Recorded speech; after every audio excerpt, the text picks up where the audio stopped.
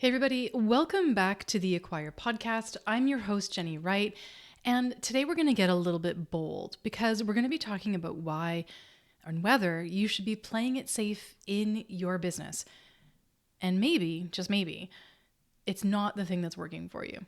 And if you're like me, I'm a little risk adverse.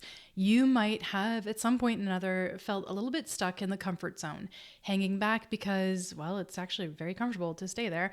And it's time for some tough love. And I'm the person to give it to you. I don't mind being the person that gives a little bit of tough love, a little bit here and there. I've been told that I do it. So I'll just be that person for you today. And I've got 3 reasons for you today why playing it safe isn't just going to cut it if you're serious about scaling your business. And I'm here to help you try and break free from that cycle. So I'm Jenny Wright. I'm a list build and lead generation strategist, and I help people get off social media and grow their lists and engage with their leads. And the Acquire podcast is all about list building, lead generation, online events, and sales, all that good stuff. And so let's talk about it.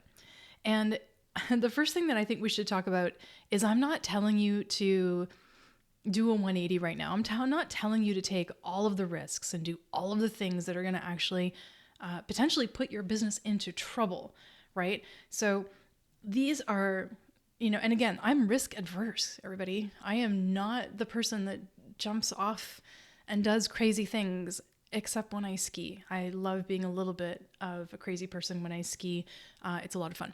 But when it comes to business, I really do like to play it a little bit more safe than a little bit more daring. And so you might identify with that.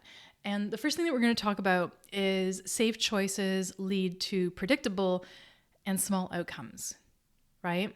So if you're playing it fully safe and you're not doing anything outside of your comfort zone, then you're leading yourself down the same thing over and over again, and you're really not getting any change, right? So we call that the comfort zone trap. And what we kind of break that down is playing it safe means sticking to what is familiar, whether it's keeping your prices the same, not showing up live because you're worried how you will be received, or sticking out or sticking to the actual, the same topics all the time because that feels less risky. The problem is, when you're doing what's comfortable and you're not changing things out, you're not pushing those boundaries, you're not learning and you're not developing, you're not expanding. And growth really happens right on the edge of discomfort where nothing feels easy. Because when you do it when it feels easy, that's you in the comfort zone. And I mean, this is me, okay? This is me to a T. I have to push myself to be outside of my comfort zone on a regular basis. And I have ever since this business started. And I mean, I can tell you this from my own experience that, when I worked in corporate before 2012, I was an investor relations and communications specialist, basically. And I was translating things into 4 languages. I was running conferences. I was doing AGMs. I was sending out press releases. I was writing speeches for the president and CEO of the company, so on and so forth. I did all this kind of stuff, right? Things I had never done before. And then when I left that job, and I've talked about why I left that job, I guess my confidence really took a hit, and I felt like I had to put in effort into building up my online repertoire. I'd never worked in the online space. And so I became a VA, okay? And I mean, the lowest paid VA you can think of. I worked on Fiverr. My first gigs are obviously a $5 gig, but the gigger makes $4.33 or less per gig, all right? And I did that just to get started and learn the online space. Obviously, quickly I got out of that, but I stayed a VA for a very long time, longer than I should have, because it was comfortable. I could make money doing it. I knew how to do it. I didn't have to do a ton of work on the social media side or the content side. I honestly didn't even have a website. Like, how dumb is that? I did not have a website. I mean, retrospect, right? Hindsight 2020 and all that. And the issue is, it was just easier for me to be a VA than to push outside of my comfort zone and do anything else. It was also a heck of a lot easier to do that than raise my prices. And I learned that the hard way because the business went stale, and it happened pretty freaking quickly, okay? And then all of a sudden I'm like, crap, I'm not happy. I was resenting my clients. I mean, it was palatable not only to myself, but to the clients, which meant my clients were happy. I wasn't happy. I was really, really struggling at the time. And so something had to change. And I thought, okay, well, I'll become an OBM, and then I'll become a coach. Neither one of those things felt like a great fit either, if I'm quite honest with you. So what felt natural, yet pushing the boundary, was the strategy side. And so I really have to expand myself. Every time I create a new strategy for a client, I'm living on the edge of uncomfortability. I know things that work because I've done them before. I'm always testing. I'm always learning. And then, because I'm trying to try new things and I'm listening to what the client needs and I'm not pushing clients into doing something completely cookie cutter, I'm always trying to do something bespoke. We're always expanding. I'm always learning. And so I'm not in that space anymore. I'm not being in the comfortable zone trap anymore. And my business has grown leaps and bounds because of it, right? I get opportunities to speak. I get opportunities to travel. I get opportunities to be a CMO in one business. And then the next business, I'm, being a chief of operations, right? So you continue to expand and get out of that comfortability, and your business will absolutely grow. I promise you. It doesn't mean you have to go jump off a cliff or bungee jump or anything like that. It just means you have to expand past your comfort zone and do things that can feel a little bit frightening and scary, but the trade-off can be big. Now, I will tell you that not all of the things will work out. I was not meant to be an OBM. I just wasn't. I have project management experience. I love project management. I do it for a lot of my clients in an operations aspect, but I wasn't the candidate for that, right? And so I had to learn. I did OBM for like 6 months, and I'm like, this is not for me. So you have to do a little bit of trial and error. Growth does happen on that edge of discomfort. Remember that. Now, if you've had a tried and true formula that was working for you for a very long time, but you're starting to feel now that it is not working for you, then we want to talk about right now, or I want to talk to you about the fact that you're sticking to that formula and you're getting in your own way, okay? In a sea of lookalike entrepreneurs and everybody doing something similar, standing out and is important. Sticking to standard practices isn't going to make you stand out, and it's not going to make you shine in the world of just people copying and pasting, right? Everybody at some time looks at somebody who's further down the road from them, like an Amy Porterfield or a Marie Forleo or somebody, Jamie Starr, all those kind of people. And they say, if I do what they are doing, it'll work for me. And it's basically the problem of copying somebody else's blueprint, right? So copying somebody else's business practice, copying somebody else's structure, saying, well, Amy Porterfield does 3 months of really distinct podcasting episodes. Then she does a bunch of webinars. Then she does a masterclass. Then she sells her course, right? And this is a rinse and repeat for her. If you take that exact formula, do you really think it's going to work for you? Do you really think she did it 10 years ago or 8 years ago when she first started, when her audience was like 1/16 of the size, and did it work? No. That's her formula now, but it wasn't her formula when she started out, and it wasn't her formula when she was hitting a multi-six figure. It is her formula now when she's selling like tens of millions of dollars. So by copying somebody else's blueprint at the stage where they are at right now versus the stage where you were at, which is completely different, you're setting yourself up for a big problem. You're not going to have the same results, obviously. But even just copying somebody else's stuff is not going to work for you. Now, there is also the problem of rinsing and repeating your own best practices or your own blueprint, right? So a lot of people, I'm finding this right now. And again, I talked about this on the last solo where I was talking about the fact that I'm going through all these applications and we're launching many bundles, and we're seeing a lot of cookie cutter landing pages. I'm seeing a lot of cookie cutter language, a lot of ChatGPT. And so when you're doing the same style of landing pages, you're sticking to the same style of list building tactics, typical funnels that everybody says are quote unquote proven. Here's the thing. Everybody's following the same playbook, and it starts to look and feel the same. Everything turns to vanilla and everybody's wearing beige. Okay.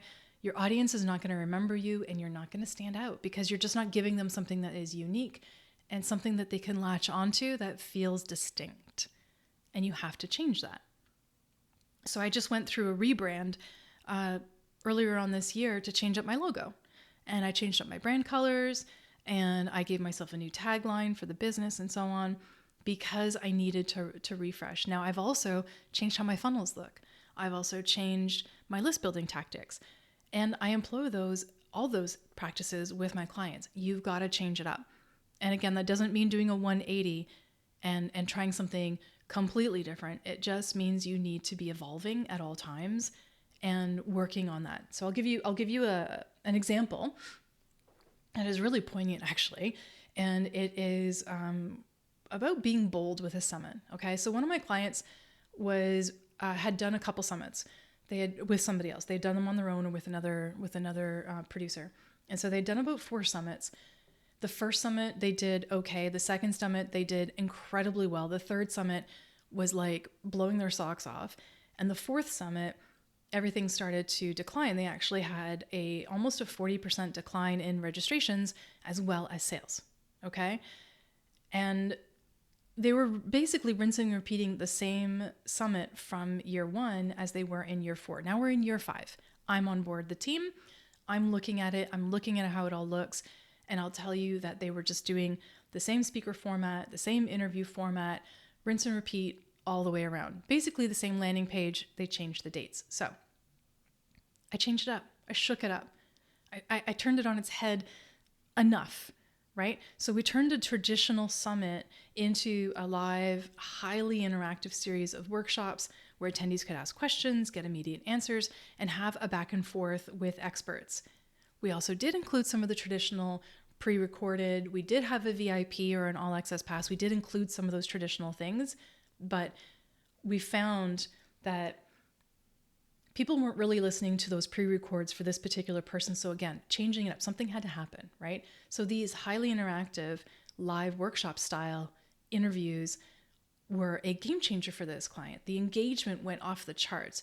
She doubled her subscriber rate than the year before. It actually was even better than the year before that. So she beat her year 3 numbers, and she beat her year 2 numbers, right? So remember, year 1 was pretty good. Year 2 was really good. Year 3 was like really, really good. And year 4 was poopy.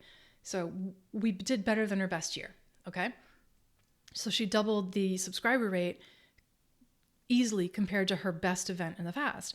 And then she also did really well with the VIP. So, we saw a really big increase there. The key was breaking the mold and not being afraid of breaking that typical flow that she had created and people kind of expected, and turning it on its nose and doing something different. Right? So I'm encouraging you to find your unique voice. I really want you to find something that's uniquely you. If you want to do a summit or a bundle or a webinar or a seminar or a workshop, don't make it cookie cutter like everybody else. What is different about you? So for me, my difference is I can do hot seats in the moment, no problem, and I can help somebody on their business because I've done so many, blah, blah, blah. So my webinars or my workshops are like through the roof, highly interactive. I will do a hot seat right there in the moment, get all the information I need from the person on the webinar, and give them tangible solutions right there, which is awesome. That actually helps my close rate. Whatever it is that you can do to be unique in the way that you're presenting your information is amazing. Standing out is really about making your business as genuine and a real reflection of who you are and what you can bring to the table. So everything needs to revolve around that and make it really, really visible, okay? Because nobody else has your perspective, your energy. Nobody has the same story as you, right? So it can be completely different. And then the other thing that we should talk about is if you're playing it really, really safe, you're not building additional relationships, you're not growing your ecosystem and allowing vulnerability and new connections to help grow your business. So I fully get and I fully endorse the fact that putting yourself out there is incredibly terrifying. It's insanely terrifying for me. Okay, I'm a behind the scenes kind of person. The fact that you're seeing me on camera or listening to my voice is only through an arduous process of getting over my own crap. Okay, I have a massive fear of vulnerability. I have a massive fear of being judged. I have a massive fear of people looking at me and thinking, what the crap? She should not be on camera. She's got a great voice for radio. Or listening to me thinking, I can hear a slight lisp or in something that she talks. And then realizing, not that anybody would know, but realizing I have no feeling on the left side of my face because I had a nerve severed and I had to relearn how to talk, right? So I have a lot of fear of judgment. And so when we get to the power of vulnerability, we always want to present our best selves. We want to look polished and professional. We want to put it all together so that there's nothing that anybody can pick out and criticize. But you know what really connects?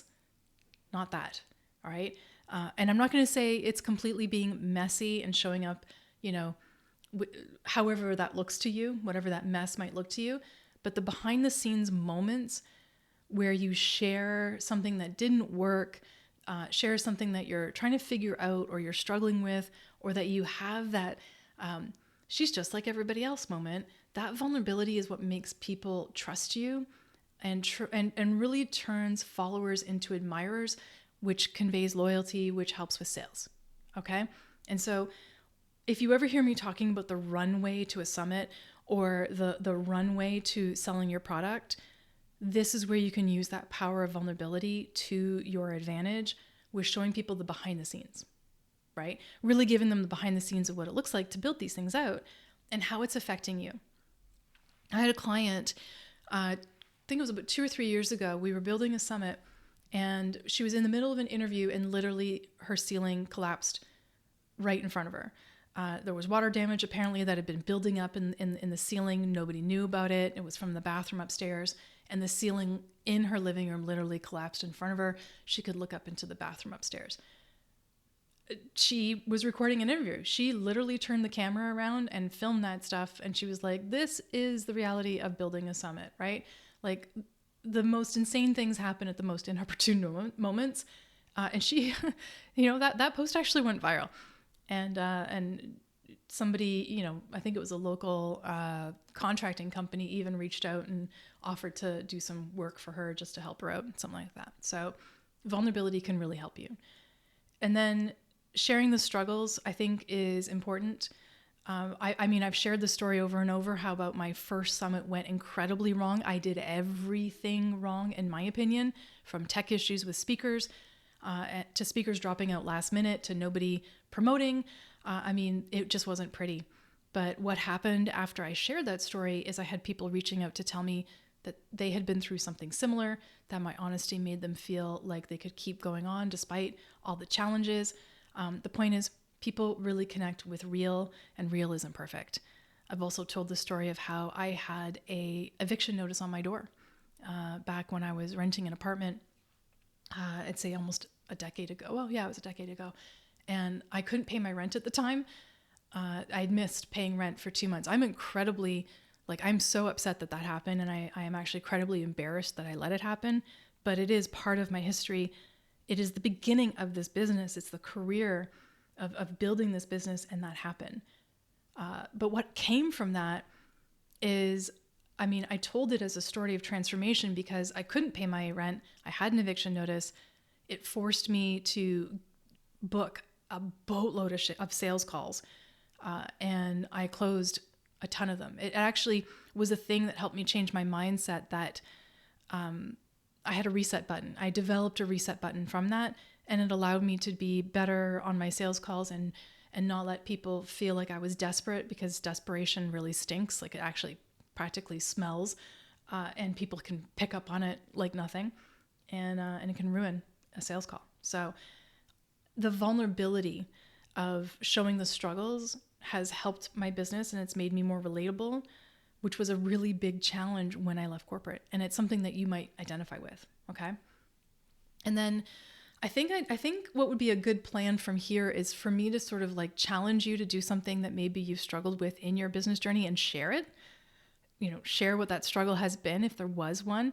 It could be a failed launch or a really scary moment, or just something that you're currently trying to figure out and you struggle with. You never know. Sharing it with your audience could be the thing that helps propel you forward. You might even find somebody that can help you, that relates to you. Watch how your community responds. You'll actually start to see that being a little bit vulnerable goes a long way in building these incredible relationships that actually last, not only with people that you are peers with, but also potential clients. I think I can repeat this safely that, growth doesn't come from safety. It comes from risk. It comes from vulnerability and from putting yourself out there even when it's terrifying.